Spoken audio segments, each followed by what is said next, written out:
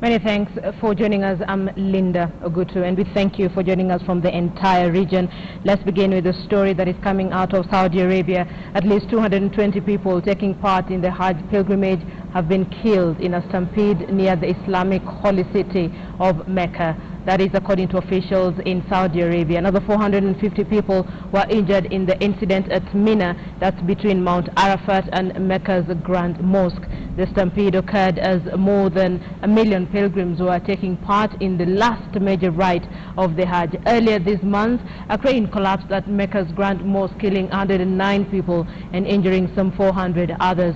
The Hajj had been largely incident-free for the past 9 years as a result of a series of safety improvements made by the Saudi authorities. In 2006, a stampede during the symbolic stoning of the devil at Mina left about 364 pilgrims dead.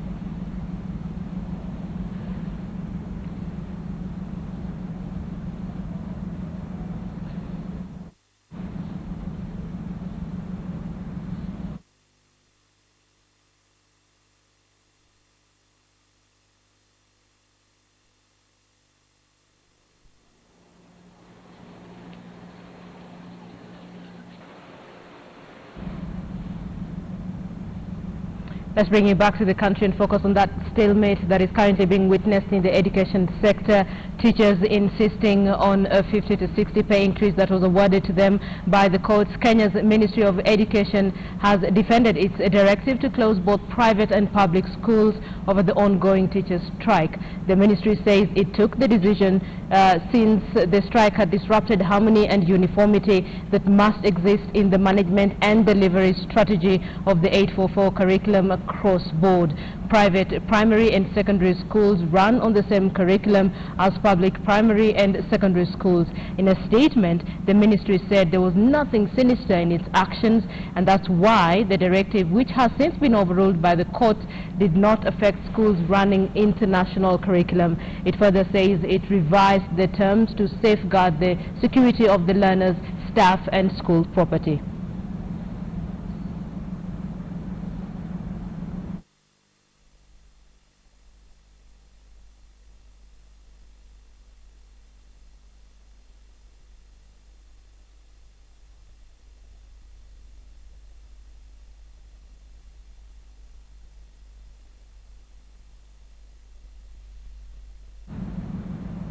The long protracted salary row between teachers and the employer. The Supreme Court has this morning summoned lawyers representing both the TSC and unions. Michelle Ngele has been following up on the developments in this case and now joins us from our City Center studio. Michelle, thank you for joining us. There has been a back and forth between all the stakeholders, and she has been focusing on that particular stalemate that has been in that sector. TSC saying it does not have enough money to pay teachers, the government to be specific, and indeed President Uhuru Kenyatta making it very clear that that amount is unsustainable. Teachers maintaining that if they do not get that award that was given to them by the courts, 50 to 60%, they're not making their way back to class. Michelle Ngele witnessed that. Let's listen into what happened.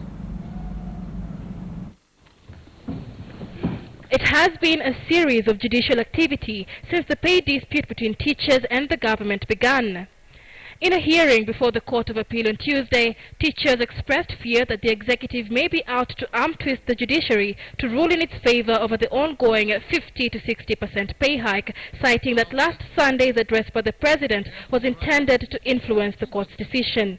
It's the president or anybody comments about the case in court and addresses the court, no matter who he is, the court must express its outrage against such conduct. That's the point I'm making, and that is, I think, reasonable. The court, however, assured teachers that the judiciary is handling the matter independently. The judiciary is very, very independent, and we judges will stick to our oath of all this, and there is no likelihood at all of anybody with interfering. Lawyers of the parties involved in the case have since been summoned to appear before the Supreme Court for questioning. These include lawyers representing the Teachers Service Commission, the Kenya National Union of Teachers, the Kenya Union of Post-Primary Education Teachers, as well as the Salaries and Remuneration Commission. The Supreme Court wished to question TSC advocate Stella Ruto over a protest letter she wrote to the Supreme Court after the court dismissed an application to review the order to award teachers a salary increment. Part of the letter read, "It does appear that the court does not intend to allow the hearing of the motion and clearly intends to rule upon the issue raised by the court to the advantage of some respondents." The Supreme Court found the contents of the letter rather rude and wrote a response letter to Stella Ruto. Part of that response by the Supreme Court reads, "The letter is an unwarranted attack on the integrity of the judges of the Supreme Court." TSC advocate Stella Ruto, however, failed to appear before the court, forcing the judges to dismiss the case until she appears before the court. Michelle Ngele, KTN News. So Michelle Ngele is keeping an eye on that story for you, and later on in a subsequent bulletin she'll give you the reasons why the Supreme Court seems to think that that letter that was written is a little bit rude. So she'll delve into it, just try to help you understand why the Supreme Court summoned all the stakeholders in the education sector. Let's start a little bit on politics now.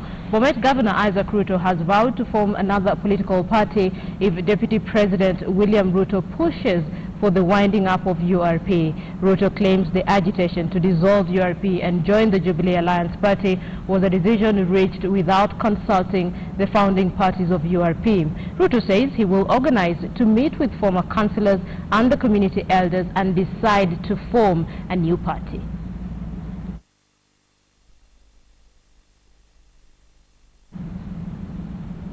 Do we remain partyless? We cannot. We are waiting for them to, we'd like to see, they said by end of December, by end of the year, and we get it, we have it on authority from not less than the President himself and the Deputy President. Nothing stops us from joining any other party or forming another party.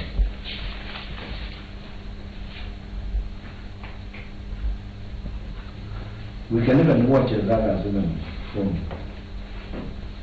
It doesn't have to be Isaac Ruto.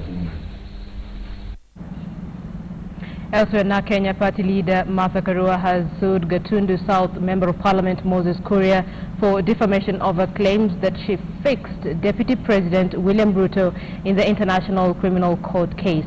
The now Kenya leader wants Kuria stopped from making further comments and to compensate her for damaging her reputation.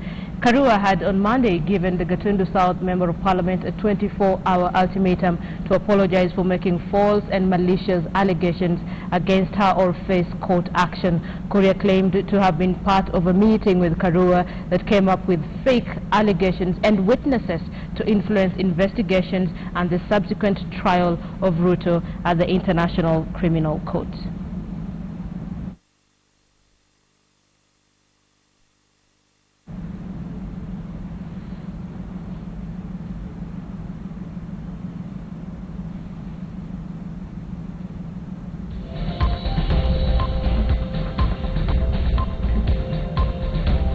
All right, you're watching KTN Newsdesk. We thank you for staying with us. We are taking a break, but we have more news coming your way, including news from the entire region. Stay with us.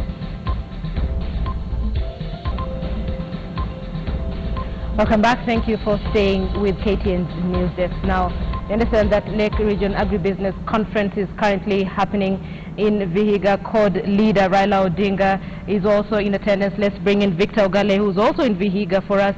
Victor, what's going on where you are? Linda, like 30 minutes ago, CORD leader Raila Odinga touched is here accompanied by other audience officials, George Alad, who is the former mayor of Nairobi, Vihiga County Governor Karanga, and Homa Bay Deputy Governor. And this happens just a day after CORD had a rally in Nairobi at Uhuru Park, championing the government to pay teachers who are on strike. And the media, there is high expectations because expecting CORD leaders who react on the same and to talk a little bit about the logics and the logistics about how the money is going to be disbursed after they also launched a pay bill number where people are expected to send money and to meet the target that is expected and where they're going to give teachers money. And also here at Vihiga, we're having the Lake Basin Agribusiness Conference, which involves all the 15 counties along the Lake Victoria Belt. This involves counties such as Kisumu, Siaya, Busia, Nandi, Bomet, Kakamega, Vihiga. Though most of the governors and the deputy governors have not come, but the counties have sent representation, and this mainly involves sectors such as agriculture and the manufacturing sector. Linda? Victor, we're having problems hearing what exactly you're saying. Just towards the end, you're thinking a little bit, so I'm hoping it can be clearer now. But could you tell us a little bit about that conference, what it's about, what they hope to achieve with the conference? This conference involves the 15 counties along the Lake Victoria Belt.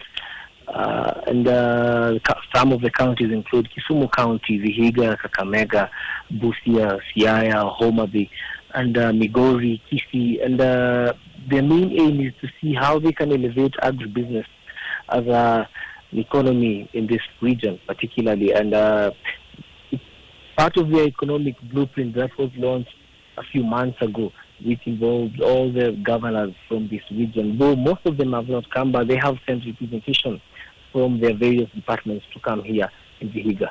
Okay, so basically a concerted effort to boost the economy in the region. Has the court leader said anything as yet, Victor? Linda, Raila has not reacted yet. I told you she just arrived here like half an hour ago. And the mood here is high. Journalists are here ready to fire questions at him, or rather to hear his side of the story and his reaction, how they're going to disburse the money after they launched the pay bill number, how realistic it's going to be, because we've had propaganda on social media from various quarters, from Twitter to Facebook, people saying that maybe CORD is looking for money to fund the 2017 campaigns. And the mood is high, and people are waiting for CORD leaders just to clear the air and say how realistic the pay bill number and the money they're going to raise is going to be. Victor Ogalo, we're hoping you can get some of the answers to some of the questions you're raising. Thank you so much, Victor, speaking to us from Vihiga. Let's cross borders, and Rwanda's Supreme Court has started hearing a request from the Green Democratic Party to prevent a constitutional change that would allow President Paul Kagame a third term in power. This as the government appointed 7-member commission to review possible constitutional changes to allow President Kagame vie for the seat again. Rwanda's Supreme Court had 2 weeks ago ruled that it could hear a case on whether the country's President Paul Kagame should be allowed to run for a third term. The move came after Parliament voted to change the constitution and lifted a 2-term limit amid widespread calls for Kagame to stand down after his current term. The proposals were voted on after the presentation of a petition to legislators that had garnered more than 3.8 million signatures in support of the move. The Supreme Court has now started the proceedings prompted by a challenge by the country's main opposition party, the tiny Democratic Green Party, opposing changes to the constitution. Democratic Green Party President Frank Habineza says the application aims at stopping efforts to change the constitution. Meanwhile, Rwanda has appointed a 7-member commission to review possible constitutional changes to allow President Paul Kagame a third term in power. Justice Minister Johnson Busingye says any recommendation by the Commission will be voted on in Parliament, which, if passed by a 2/3 majority, would pave the way for a national referendum. The move follows a national tour in July by lawmakers to gather opinions after both houses of Parliament voted in support of constitutional changes, backing a petition signed by millions of citizens. Trixingado, KTN News. Let's stay with that third term craze, especially by African leaders. The Republic of Congo will hold a referendum on proposals for a new constitution that could allow President Denis Sassou to extend his hold on power. The main opposition coalition is against the move, saying it could destabilize the country. Despite the recent events in Burkina Faso, the Democratic Republic of Congo and Burundi are proving that people are not ready to support a president who ignores term limits. The President of the Republic of Congo, Sassou Nguesso, is proposing a referendum on whether to change the constitution to allow him to stand for a controversial third term. The 72-year-old president had previously convened a national dialogue which came out by a large majority in favor of amending the constitution to remove an upper limit on the age of presidential candidates as well as the number of terms the head of state can serve. Opponents branded the forum's conclusions a constitutional coup. Sassou Nguesso, one of Africa's longest-serving rulers, was installed as president by the military in 1979 and lost the country's first multi-party elections in 1992. The issue of third terms is contentious in Africa, with a popular rising in Burkina Faso last October ousting then-President Blaise Compaoré after he tried to amend the constitution to allow him to run for a third term. Burundi suffered serious unrest since April when President Pierre Nkurunziza said he would seek a third term in elections he later won. Michelle Ngele, KTN News. Let's focus on the cost of devolution and that delicate balancing act. The debate about the cost of devolution has long hinged on how much shareable revenue can be disbursed to counties, but the state turned that debate on its head as it sought ways to avail more revenue to the counties without having to distribute more of the national pie. Adelaide Changole tells us how this perfect and symbiotic balance will be hit.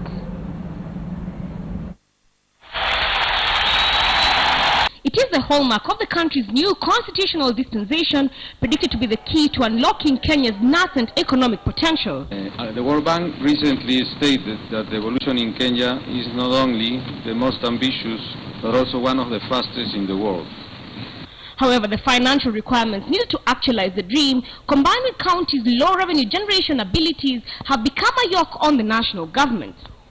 We know about 90% of our revenues financing of the counties comes from the center. The shareable revenues disbursed to counties can barely meet the deep funding requirements of counties, forcing the counties to limit services, sometimes at the expense of development. But now the state is in the process of formulating laws that will facilitate the generation of own revenue within the country's 47 counties in a bid to win their reliance on the national government and boost the quality and quantity of services in the counties. Cash transfers from the national government to counties will remain an important feature of Kenya's fiscal system for a long time. However, an over-reliance will weaken the county's motivation to improve on-source revenue. This was the same fate that befell our defunct local authorities. Let us avoid going back there. There will be more accountability if actually county governments raises their own revenues through taxes, because that's the citizen will be demanding services commensurate to what they pay at the county level. The state is hoping counties can utilize technology, which it says has been instrumental in boosting the attractiveness of certain counties in the country. But county governments are taking issue with the formulation of current tax legislation, saying it encourages double taxation at the national and the county levels.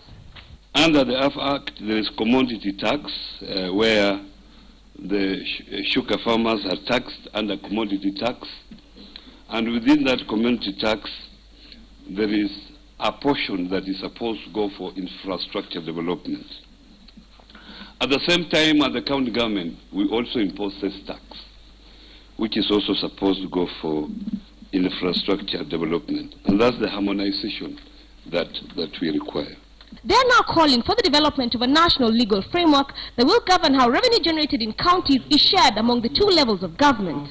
Adelaide Changole, KTN Business.